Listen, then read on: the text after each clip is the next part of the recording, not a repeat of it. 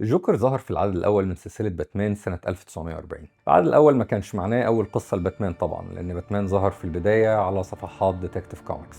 بعدها عملوا له سلسلته باسمه، الراجل يستاهل بصراحة، اللي شفنا في أول عدد فيها الجوكر. كان في مفاجأة على فكرة، ممكن كانت تكتب نهاية الجوكر بدري بدري، لأن الإديتورز في دي سي فكرت إن هي تقتل الجوكر في نفس العدد اللي ظهر فيه.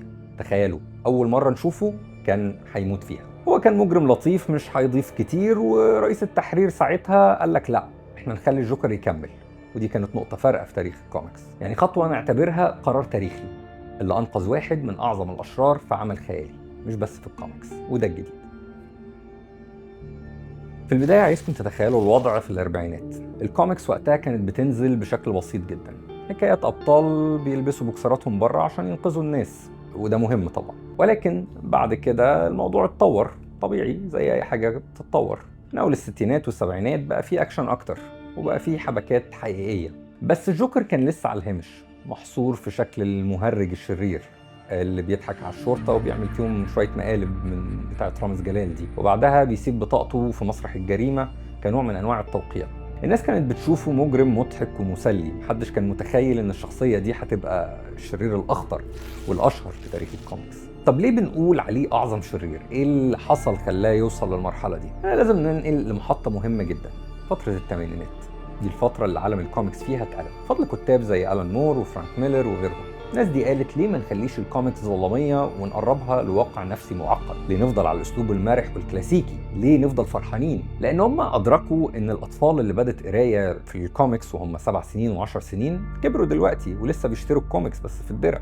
ليه ما نقدم لهمش حاجة مناسبة لعمرهم؟ والشخصيات وإن كانت مش هتتقدم في العمر أبدا على صفحات الكوميكس وهتفضل تحارب نفس الأشرار للأبد في دايرة سيزيفية مغلقة، ولكن ممكن قصصهم تتطور وتناسب فئات عمرية جديدة. وكمان ده كان مناسب للمزاج العام في الثمانينات، الفترة اللي حصل فيها تغييرات ضخمة مش بس في الكوميكس ولكن في الصناعة الترفيهية كلها. قبل الثمانينات كان في كود بيسمى بكود الكوميكس، كوميك كود أثوريتي، كان بيفرض قيود كتير على المحتوى العنيف أو المظلم في المجلات المصورة عشان ما يشجعش الشباب على الانحراف. بالتدريج بدأت الشركات الكبيرة زي مارفل ودي سي تشوف إن القيود دي بتحد من إبداعهم، والناس بدأت تحب القصص اللي فيها تعمق نفسي ومشاهد سوداوية وتعقيد أخلاقي، مش كل حاجة يا أبيض يا أسود. وازدهرت أعمال جريئة زي واتشمان ودارك نايت ريتيرنز، وفتحت باب لكتاب كتير إن هم يخلوا الشخصيات سواء الأشرار أو الأبطال نفسهم شخصيات مش بسيطة، بل شخصيات معقدة وبتحمل أفكار فلسفية. في المناخ ده تفتكروا إيه اللي حصل للجوكر؟ أول قصة نقدر نقول إن هي غيرت شكل الجوكر فعلا كانت ذا كيلينج جوك سنة 1988 بقلم ألان مور. ألان مور ده دماغه مختلفة تماما وبيحب يلعب في عقل القارئ ويوري ليه الجوانب المظلمة في النفس البشرية. ألان مور طبعا كان هو أول شخص بدأوا يطلقوا على أعماله جرافيك نوفل. قبل كده ما كانش بيتقال عليها جرافيك نوفلز، هي كوميكس، الكوميكس هي كوميكس. ولكن لأن أعماله كانت بتحمل ثقل مختلف أطلقت تلك الكلمة أو ذلك المصطلح عليه. خلوا بالكم إن ألان مور نفسه ما بيحبش المصطلح بتاع جرافيك نوفل، بيقول لك النوفل نوفل والكوميك كوميك، ما تجيش تقول لي إن ده جرافيك نوفل. ألان مور من الناس اللي بتحس إن هو بيكره إن هو كاتب كوميك، إن هو نفسه يبقى نوفلست بس أو أي حاجة بعيدا عن الكوميك. القصة بتقول إن الجوكر كان مجرد شخص عادي جدا، يمكن كوميديان فاشل كمان، بيتحايل على الدنيا عشان لقمة عيش، لحد ما اتحط في موقف خلى عقله يتكسر في يوم واحد. الفكرة الأساسية من القصة إن يوم واحد صعب ممكن يدمر لك حياتك ويغيرك تماما. دي باي ذا واي النسخة الابسولوت اديشن من ذا كيلينج جوك، معمولة بشكل لطيف جدا، وهتلاقي إن هم طبعوها بطريقة على نفس الورق القديم. الطبعة الأصلية كان مطبوع على الورق بالألوان ده، وبعدين عمل لك أبديت ليها بألوان جديدة وبورق جديد. طبعا ألان مور كعادته ما عجبوش الكلام ده وقال لك لا، انتوا بتبوظوا كل حاجة.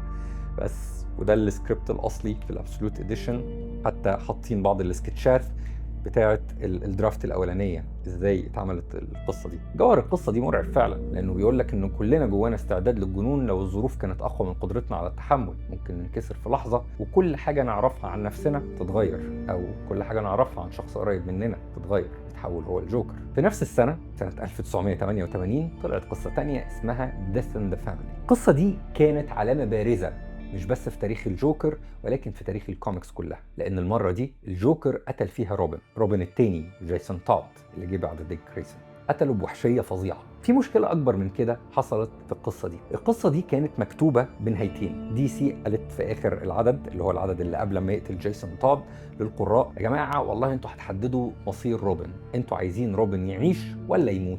واصبح في ايديهم ان هم يصوتوا، زي ما انت بتصوت كده لستار اكاديمي، تتكلم على رقم تليفون وتحط الفوت بتاعك، او تبعت بريد مسجل: والله انا الفوت بتاعي يا 1 يا 2. تخيل اللي حصل، تخيل ان القراء هم اللي حددوا المصير بتاع روبن. انت متخيل ان المصير ده، المصير البشع اللي نفذه الجوكر بايده، ولكنه كان من قرار اشخاص زيك وزيي، ناس بتقرا الكوميكس، هي اللي قررت ان هي عايزه النهايه دي، هي اللي عايزه الجوكر يعدي كل الخطوط الحمراء، عايزه ان يبقى ممكن في اي لحظه حد مهم جدا، السايد كيك الاقرب والمرح بتاع باتمان هو روبن، ان هو يتقتل. دي كانت طبعا جوه الكوميك ضربه قاضيه لنفسيه باتمان. تخيل قد ايه الشخصيه بتاعه الجوكر ممكن توصل لمرحله ان هو بيقول له: انا هدمر العالم بتاعك، هسيبك تتعذب بالذنب. ولكن برضو ده غير شكل الكوميكس. انت النهارده عرفت بشكل واضح جدا من الجمهور عايز ايه. هو عايز حاجه اعمق واكثر فوضويه، وعايز حاجه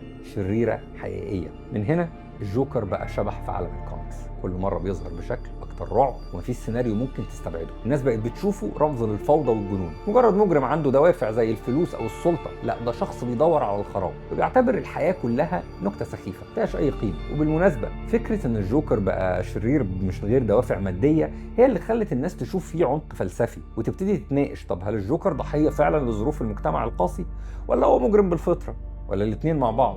وهل هي دي الطريقة الصح للتعامل مع الحياة؟ طب في نقطة ممكن نسألها: ليه في جمهور كبير بيحب الجوكر؟ ما هو مش منطقي ان انت تحب واحد قاتل مجنون وتلاقي تعاطف وتلاقي محاولة للتبريرات، ولكن لو بصينا لقينا ان هو عنده حرية مطلقة. احنا كلنا بنعيش في مجتمع فيه قوانين وقواعد اخلاقية، دايما بنحارب شهواتنا ورغباتنا، بنحاول ان احنا نلتزم بقواعد المجتمع. الجوكر بقى بيقول لك: لا، انا مش هلتزم باي حاجه، انا بعمل اللي في دماغي من غير ما افكر، بل بالعكس ده بيستمتع بانه يشوف تاثير افعاله المدمره على الكل. فتلاقي بعض الجمهور وبالذات المراهقين او اللي بيعشقوا فكره التمرد شايفين ان الجوكر مساحه تعبير عن التمرد الكامل، وزي ما قلنا ما عندوش اي خطوط حمراء. ثانيا الذكاء الجنوني، هو مش مجرد حد بيجري في الشارع وبيضرب نار وخلاص، ده شخص بيخطط ويحب يلعب اللعبه مع باتمان على طريقه القط والفار. باتمان بيفتكر ان هو فهم خطة الجوكر، وباتمان ده مش حد سهل، ده اعظم محقق في العالم على حسب اول دي سي.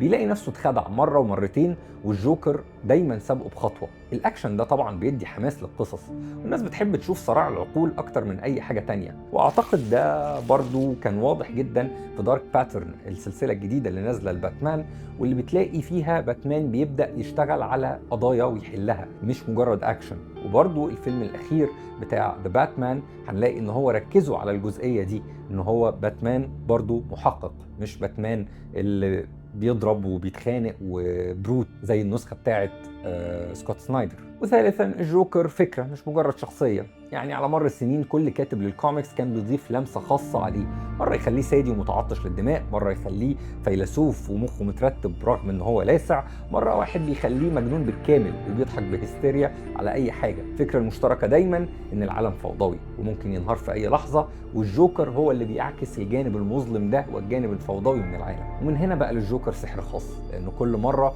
بيبان انه اقوى من اي منطق بيمثله باتمان او غيره من الابطال. طبعا لو عايز تشوف الجانب الاحدث والمجنون لشخصيه الجوكر في العصر الحديث ممكن ارشح لك عدد من الكتب، زي مثلا ذا جوكر للكاتب براين ازارالو. القصه دي مرعبه فعلا، هي بتحطك من وجهه نظر واحد من اتباع الجوكر وبتشوف بعينيه ازاي الجوكر بيسيطر على الناس بالخوف والتلاعب. من الحاجات اللي اترسخت عند القراء ان الجوكر بالنسبه لاتباعه مش مجرد زعيم عصابه، ده اسلوب حياه مرعب ومثير في نفس الوقت. رسومات القصه نفسها تحسها خارجه من كابوس دموي، لازم تشوفها عشان تفهم قصدي. كمان في باتمان اند جيم سنه 2015 للكاتب سكوت سنايدر اللي بيعمل ابسولوت باتمان دلوقتي بنجاح رهيب. الجوكر بيرجع بنسخه اخطر من اي وقت فات، باتمان بيفتكر انه اتخلص منه ولكن بيتفاجئ بعودته. جوكر موجود ومستعد يقلب الدنيا. القصه دي صدمت القراء بافكارها، ان هي بتوصل لك الجوكر قد ايه عنده اسرار مخيفه وعلاقات ابعد من مجرد كونه شخص مجنون، وده زود الغموض حواليه بشكل كبير جدا. في طبعا جوكر كيلر سمايل لجيف لامير اللي هيكتب ابسولوت فلاش دلوقتي. في القصه دي بنوجه سؤال مهم: هل ممكن نعالج الجوكر فعلا ولا حالته ميؤوس ميؤوس منها من الاساس. انت طول القصه بتشوف طبيب نفسي بيحاول يفهم شخصيه الجوكر، وكل مره يفتكر ان هو قرب يفك طلاسمه الجوكر بيقلب عليه الترابيزه ويقلب حياته الجحيم. الجوكر بيلعب بالناس زي العرايس، ودي طبيعته اللي بيحبها القراء. على مستوى الافلام في ناس قدمت دور الجوكر بشكل هايل جدا زي هيث ليدجر. اعتقد كل حد مثل دور الجوكر كسب بشكل او باخر والناس حبته، باستثناء واحد بس مش هنقول اسمه بس كلنا عارفينه. وهيث ليدجر اما قدم الجوكر في دارك نايت بنلاقي الجوكر الفوضوي اللي مش عايز فلوس ولا سلطه وعايز الدنيا تولع ويشوف العالم كله بيولع وهو بيضحك. في النهايه واحنا بنقفل حكايتنا عن الجوكر لازم نقول ان الشخصيه دي اثرت في ثقافه البوب كلتشر ككل، مش بس في الكوميكس. الجوكر ظهر في افلام ومسلسلات والعاب، طبعا هو محبوب جدا من الكوسبلايرز. سؤالي ليك، هل ممكن في يوم من الايام الكتاب يقدموا لنا نهايه حاسمه للجوكر، ولا هيفضل طول عمره الشر الابدي اللي باتمان مش هيخلص منه؟ وهل لو انت مكان باتمان هتفضل بتتعامل مع الجوكر بالشكل ده؟ هتقبض عليه مره توديه السجن ومره توديه مستشفى المجانين بتاعه اركم، ولا هيبقى تصرفك عامل ازاي؟ وبرضه خليني اسالك، ايه اكتر نسخه من الجوكر عجبتك او شفتها مرعبه او مثيره للاهتمام؟ هل النسخه الهزليه القديمه كانت مفضله بالنسبه لك وهو بيعمل مقالب سخيفه، ولا النسخه المظلمه الدمويه اللي بتقتل وتحب تلعب باعصاب الضحايا؟ اكتبوا لي رايكم في التعليقات وانا هرد على اكبر عدد ممكن منكم. وممكن ترشحوا لي مواضيع تانية عايزين نحكي لكم عليها في اليوتيوب. شكرا.